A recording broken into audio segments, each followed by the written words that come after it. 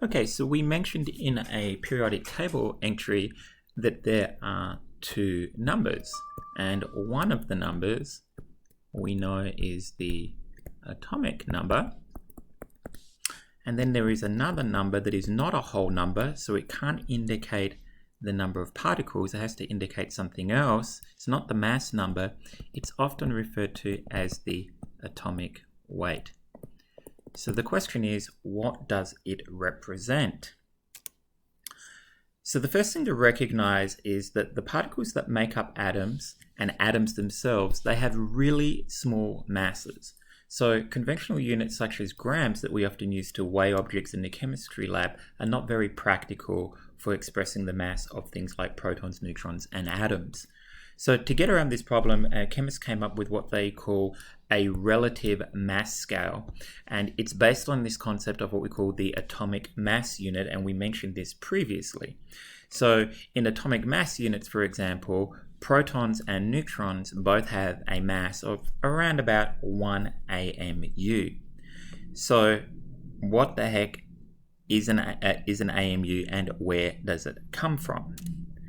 So how we came up with this unit, the AMU, the atomic mass unit, is we said that an atom of carbon that has exactly 12 particles in its nucleus has a mass of exactly 12 atomic mass units. Like, no error associated with that. That is exactly the mass of this isotope of carbon. And so then the mass of anything else can just be represented as either a fraction or a multiple of that number. So 1 AMU is quite literally just 1/12 the mass of a carbon-12 atom. And it's these mass units that we're going to use to represent the mass of atoms. So in the periodic table, what is given, what that other number is that's given here, that 12.01 that I mentioned on the intro slide, is the average atomic mass, but it is weighted in such a way to take into account the different isotopes that are present in a natural sample. So it's the mass of an average atom. So you may or may not recall, but for boron, there are two isotopes. One with 10 particles in its nucleus, the other with 11. And so the mass of the one with 10 is around about, you guessed it, 10 AMU, and the mass of the isotope with 11 particles is around about 11 AMU. And these are present in approximately a 20:80 ratio. So you get significantly more of the heavier one than you do of the lighter one. So what does an average boron atom weigh? Well, it weighs, on average, more than 10, in fact, pretty close to 11, but less than 11. So I would say, it's going to weigh about 10.8 AMU, just eyeballing it, all right? And sure enough, when I look in the periodic table, that's exactly what I see listed as the average mass of a boron atom. Now, we don't do eyeballing it in chemistry. We always calculate things. Now, how you calculate an average atomic mass, or the atomic weight, is you take the fraction of the isotope, we call it isotope 1, you multiply it by the mass of that isotope, and then you do the same thing for every other isotope and you add them all together. So you're going to do the fraction of 2 times the mass of 2. There we go. That's not so great. So what is the fraction? If you take the percentage and divide it by 100, just like if you take 50% and divide it by 100, what do you get? You get a half. So 1/2 is the fraction of something. 50% is the percentage, right? So when you take the percentage and you divide it by 100, you get the fraction. So let's have a look at how we do this for boron.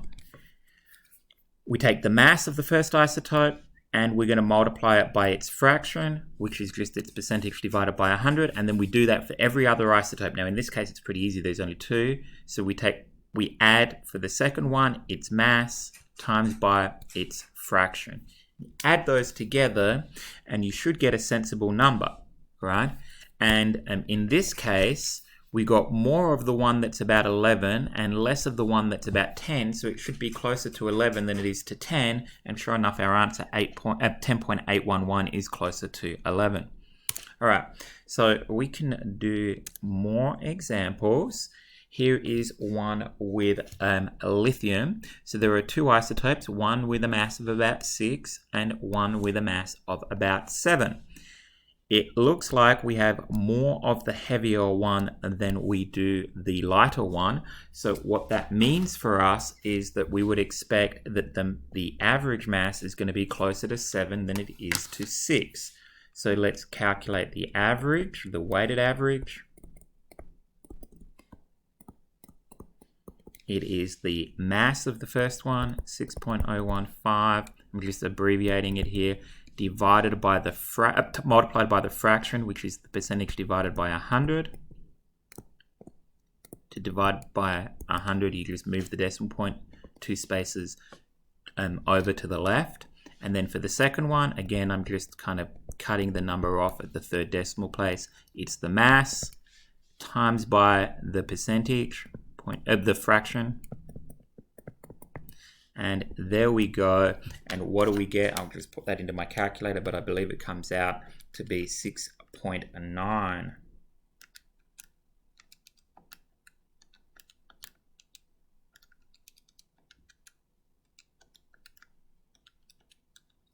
we go.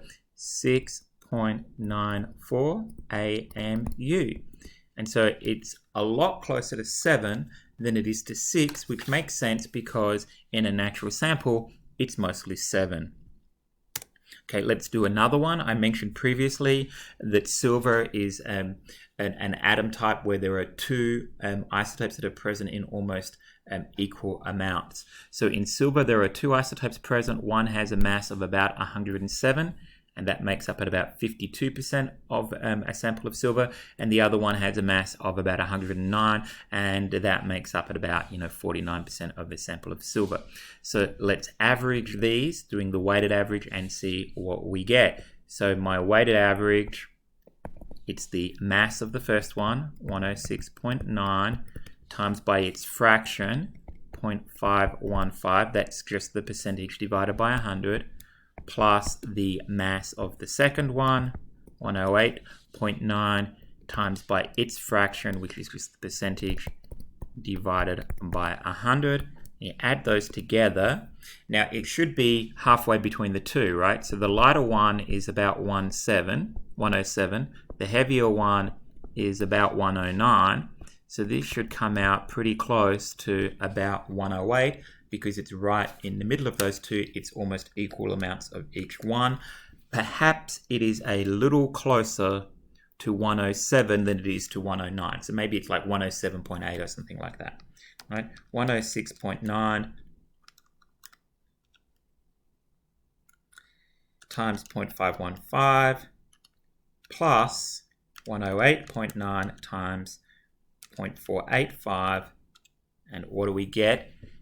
107.41 AMU.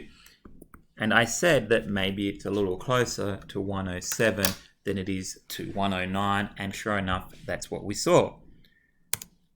Okay, and so that brings this section on atomic mass to an end. What I hope is that you're able to compute, given the required information, the weighted average atomic mass of an atom. If you have any difficulty with the content, please just let me know.